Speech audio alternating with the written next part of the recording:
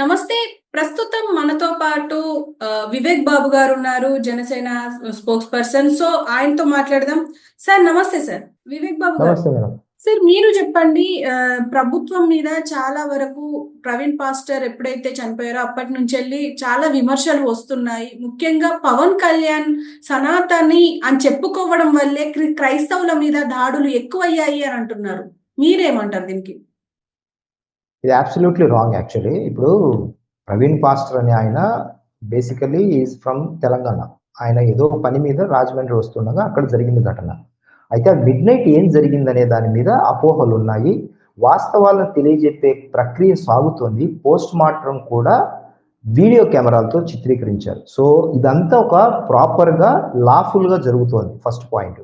అయితే ఏదైతే ఎవరైతే బాధితుల పక్షాన మాట్లాడుతున్నారో రాజకీయ పార్టీ నేతలు కావచ్చు, లేకపోతే క్రైస్తవ సంఘాల నాయకులు కావచ్చు, పాస్టర్లు కావచ్చు, ఎవరైనా సరే మనం ఇక్కడ దాన్ని మతానికో లేకపోతే ఇంకొక దానికి సంబంధించి మనం మాట్లాడకూడదు. ఎందుకంటే అతను బాధితుడిగా చూడాలి, ఒక పౌరుడిగా చూడాలి, ముఖ్యంగా అతను మనిషిగా చూడాలి. సో జనసేన పార్టీ కావచ్చు, కళ్యాణ్ గారు కావచ్చు, ఎవరైనా సరే ముందు మనం మనుషులం. ఆయన కూడా అదే మాట చాలా సందర్భాల్లో చెప్పారని కొన్ని వీడియోలు చూశాను. మనం కులం కన్నా మతం కన్నా ఏ దానికైనా ముందు మనం మనుషులం అనే సబ్జెక్ట్ మీదనే ఆయన మాట్లాడారు. సో దానికి కూడా మేము కూడా అదే చెప్తున్నాం. ముందు దాన్ని రాజకీయాలకు అతీతంగా ముందు ఆయనకు ఏం జరిగింది అనేది ఫస్ట్ తేలాల్సిన విషయం. అది మీరు నేను చెప్పేది కాదు, పోలీస్ ఎంక్వైరీలో తేలుతుంది. ఎందుకంటే పోలీసులు క్షుణ్ణంగా దీన్ని చాలా సవాలుగా తీసుకున్న కేసు ఇది.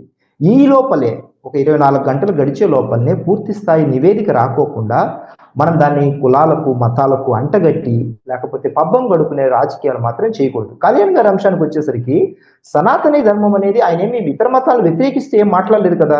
తన మతాన్ని తాను పాటిస్తున్నాను. ఇతర ధర్మాలకు సంబంధించిన వ్యక్తులు కూడా అదే హుందాయిన రాజకీయాలు కావచ్చు, అదే హుందాయిన మాటలు కానీ మాట్లాడితే దేశ సమగ్రత బాగుంటుందనే కోణంలోనే ఆయన మాట్లాడారు తప్ప ఇతర మతాలకు సంబంధించిన దాడులు చేయండి కానీ ఇతర మతాలను కించపరచండి కానీ ఏ రోజు అని చెప్పలేదే. ఏ రోజు చెప్పలేదు. అలాంటి వ్యక్తిత్వం కూడా కాదు. కొందరు ఏంటంటే వైసీపీకి సంబంధించిన వాళ్ళు లేకపోతే మిగతా వ్యక్తులు కంటిన్యూగా ఒక ఆరోపణ లేకపోతే కంటిన్యూగా ఒక నెగిటివ్ ఫీలింగ్ వెయ్యాలి కాబట్టి మా అధినేత మీద కంటిన్యూగా ఆ విధమైన ఆలోచన చేస్తూనే ఉన్నారు. చేయనివ్వండి. ఇప్పుడు మనము 2 కోణాల్లో మాట్లాడతాం. ఇప్పుడు ఆయన అనుమానాస్పద మృతి అని అన్నారు, లేదా అది యాక్సిడెంటల్ అయింది అనుకోండి. ఈ రోజు నిన్నటి దాకా మాట్లాడిన వాళ్ళు ఈ రోజు దాకా మాట్లాడిన వాళ్ళంతా ఏమైపోతారు? అదొక యాక్సిడెంట్ కేసు అని పోస్ట్ మార్టం రిపోర్ట్ వచ్చింది అనుకుందాం. అప్పుడు ఏమవుతుంది? అందరి నోళ్ళు మూర్తపడతాయి. అవునా కదా? ఎందుకంటే డాక్టర్స్ ఇచ్చే పోస్ట్ మార్టం రిపోర్టు లేకపోతే వాళ్ళకి సంబంధించిన వ్యక్తుల ద్వారానే అది వీడియో షూట్ చేయడం జరిగింది. అదేం దాపరికంతో చేయలేదు కదా. ఒకవేళ హత్య అయితే రెండో కోణం వాళ్ళు అన్నట్టు ఖచ్చితంగా అందులో ఎవరెవరు దోషులు ఏంటనేది ఖచ్చితమైన ఇన్వెస్టిగేషన్ జరుగుతుంది. అందులో కూడా వదిలిపెట్టే సమస్య ఏం లేదు. మేము ఎవరికో కొమ్ము కాయడము లేకపోతే బాధితుల పక్షాన కాకుండా హంతకుల పక్షాన వహించే గత ప్రభుత్వం మాదిరి అయితే కాదు. దాన్ని అయితే గ్యారంటీగా ఇస్తున్నాం. అందులో రెండో అనుమానం లేదు. సో కేసుని ఒక ఘటన పరంగానే చూడాలి. ఒక బాధితుడికి కుటుంబానికి లేకపోతే ఒక వ్యక్తికి జరిగిన అన్యాయపరంగానే చూడాలి తప్ప అది ఏం జరిగింది అనే ఈ లోపలే రాబందులాగా ఆ ఘటనను తమకు తాముగా హైప్ చేసుకోవడము రాజకీయం చేయడం అనేది ఏ ఒక్క వర్గానికి ఏ వ్యక్తికి మంచిది కాదనేది మా యొక్క అభిప్రాయము, మా యొక్క ఆలోచన అనేది ప్రజలకు తెలియజేస్తున్నాం. సరే, ఇప్పుడు అంటే ఇప్పటి వరకు 48 గంటలు అయ్యింది పోస్ట్ మార్టం కంప్లీట్ అయ్యి. కానీ ఇప్పటి వరకు మరి పోస్ట్ మార్టం రిపోర్ట్ బయటికి ఎందుకు ఇవ్వట్లేదు అంటారు? దీనివల్ల చాలా మందికి ఇది హత్యగానే చూస్తున్నారు. అసలు యాక్సిడెంట్ అని చెప్పేసి అనట్లేదు. ఎందుకంటే చాలా అనుమానాలు ఉన్నాయి ఇందులో. ముఖ్యంగా మీరు దీని గురించి ఏం చెప్తారు? ఇప్పుడు మీరు అన్నారా అనుమానాలని ప్రతి దోషలో పోలీసులు ఏం చేస్తారంటే ఫోరెన్సిక్ నిపుణులతో పోలీసులు రెండు ఇంటరాక్ట్ చేసుకుంటారు. ఏ సమయానికి బయలుదేరారు, ఎక్కడ బయలుదేరారు, ఏం జరిగిందని.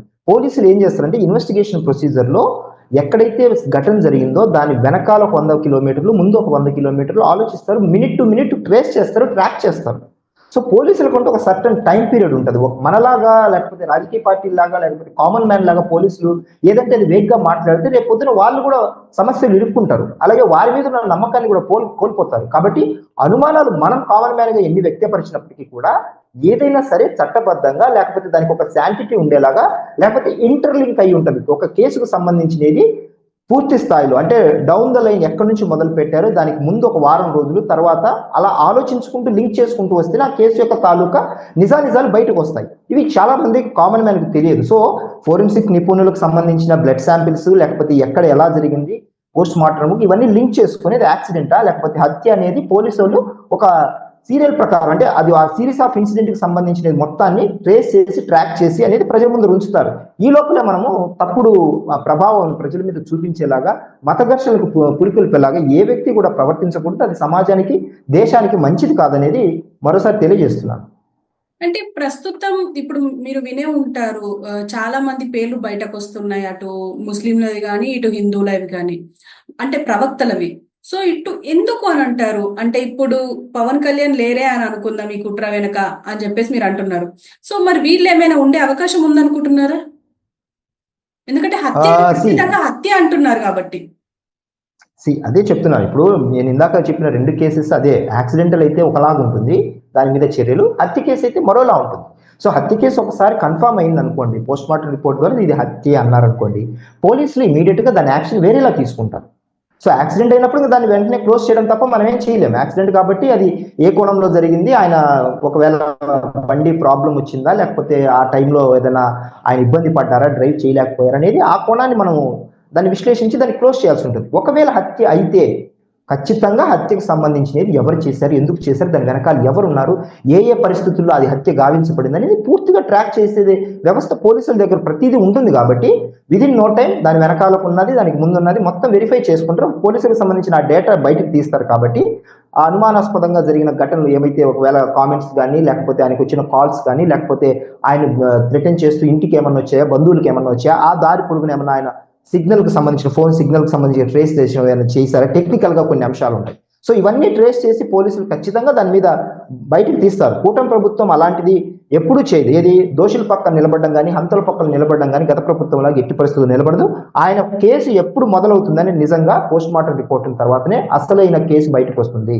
కాబట్టి ఇప్పుడు డిప్యూటీ సీఎం గా ఉన్నారు పవన్ కళ్యాణ్, మరి ఇంతవరకు ఈ సంఘటన మీద ఎందుకు స్పందించలేదు అని అంటారు? అదే చెప్తున్నాను.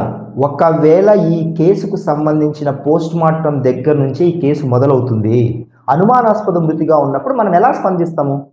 న్యాయం చేయాలనేది మేమున్నాం చెప్పడానికి. ఆయన ఉప ముఖ్యమంత్రి స్థానంలో ప్రతి విషయాన్ని కూడా మీడియా ముందుకు వచ్చి అడ్రస్ చేయలేరు. మేమున్నాం కదా, మాకు సంబంధించినందుకు పార్టీ స్టాండ్ కావచ్చు లేకపోతే ఆయన ఆలోచనకు తగినట్టుగా మేము ఎలాగా చెప్పాలనేది ప్రజలకు అనేది మేము ఉన్నాము. సో ఇంకా కేసు పూర్తి స్థాయిలో మొదలు కాలేదనే చెప్పగలము. ప్రస్తుతానికి పోస్ట్ మార్టం రిపోర్ట్ వచ్చిన తర్వాత ఈ కేసు యొక్క తీవ్రత కానీ ఈ కేసు యొక్క అసలు కోణాన్ని బయటికి తీసి ప్రజలకు వాస్తవాలు తెలియజెప్పే కోణంలో ముందుకు వెళ్తుంది. కేసు పూర్వాపరాలు తెలియకోకుండా ఆ స్థాయి వ్యక్తి అంటే ఉప ముఖ్యమంత్రి గారి స్థాయిలో ఏమీ మాట్లాడకూడదు. ఎందుకంటే వేగ్గా మాట్లాడడం వల్ల ఏమవుతుందంటే దానివల్ల ఇంకొంచెం ఇంటెన్సిటీ పెరుగుతుంది. ఒకవేళ అది యాక్సిడెంట్ కాకుండా మనం ఇది హత్య కేసు కింద ఆయన ఎలా మాట్లాడగలరు? ప్రాపర్ ఇన్వెస్టిగేషన్ ప్రాపర్ టెక్నికల్ అంశాలు లేకోకుండా ఎవరు మాట్లాడలేము. ఇప్పుడు నేను బిగినింగ్ నుంచి మీకు కూడా చెప్పేది అదే, ప్రాపర్ గా మనం తెలియకోకుండా వేగ్గా అలా మాట్లాడకూడదు. ఈ రోజు వరకు ఇప్పుడు మీరు పిలిచే వరకు కూడా ఈ కేసు గురించి నేను కూడా ఏం మాట్లాడలేదు. ఎందుకంటే ఇంకా పోస్ట్ మార్టం రిపోర్ట్ రాలేదు. పోలీసులు థరో ఇన్వెస్టిగేషన్ సాక్షాత్తు ఎస్పీ గారు కేసుకు సంబంధించి చూస్తున్నారు. కాబట్టి దీనికి సంబంధించిన పూర్తి వివరాలు తెలియకోకుండా మనము బాధ్యతాయుతమైన పదవుల్లో కానీ బాధ్యతాయుత హోదాల్లో ఉండి మనం మాట్లాడకూడదు అనేది మా యొక్క నిర్ణయం అండ్ మా యొక్క ఆలోచన విధానం. ఓకే సార్, ఓకే, చాలా మంచి మాటలు చెప్పారు. Thank you very much sir.